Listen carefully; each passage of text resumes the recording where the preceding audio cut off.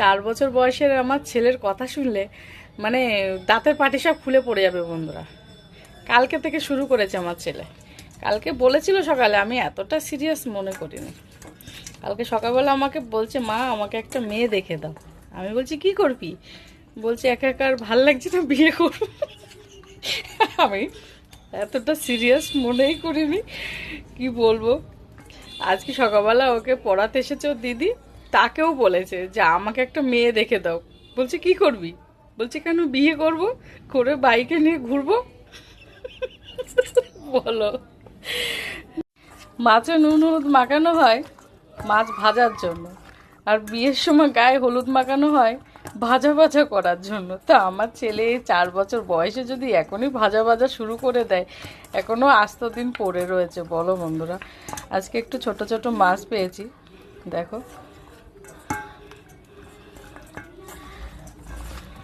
এইটুকু আজকে কিছু করতে হবে।